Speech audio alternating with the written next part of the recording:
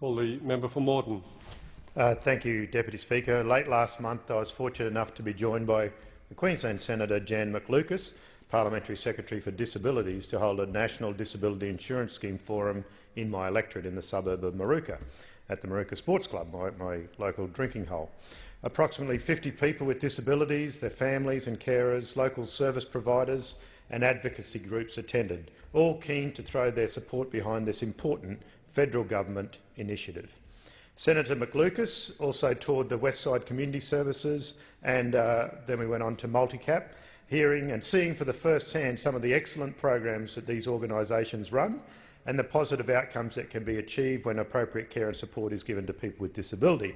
And I note that Multicap will actually has already received money under the NDIS program because of the great work that they do, and I recommend to anybody, if they're in my electorate, to go down to Monte Lupo, connected to Multicap. They sell great mugs and decorative pieces on the corner of Logan Road and Padstow Road. Great gifts for your wife if you're looking for a great gift. And I know the member for Wright, is often doing that and comes through my electorate.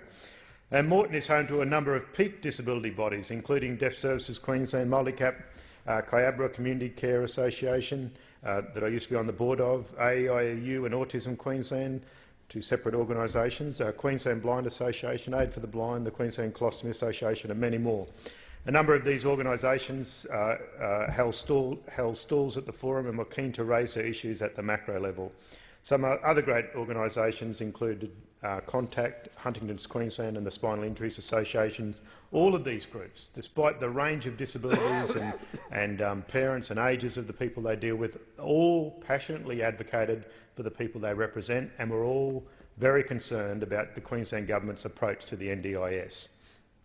The strength of feeling at the forum demonstrated the broad support for the wider Brisbane community for fundamental reform of disability care and support. And there were some heartbreaking stories about hardship and the sadness that comes when it comes to receiving much-needed support for sons, daughters, friends, wives, whatever. And those horrible statistics for Queensland, and I know that there are Victorians in the House, but where a person with a disability in Victoria receives $10 to every $7 that a Queenslander receives. That's something that a gap that I would like to close. I think Victoria has sort of been setting the bar for a long time, and it's about time Queensland caught up. And I blame Labor and Liberal governments in Queensland, LNP governments in Queensland, for that gap. So I'm proud to be standing on this side of the House supporting the NDIS and delivering $1 billion for the first stage. And I think I'm standing on the right side of history when it comes to this approach, because the NDIS will give people with disability more control and choice over their care and support, irrespective of whether they live in Victoria or Queensland or Western Australia or anywhere in between.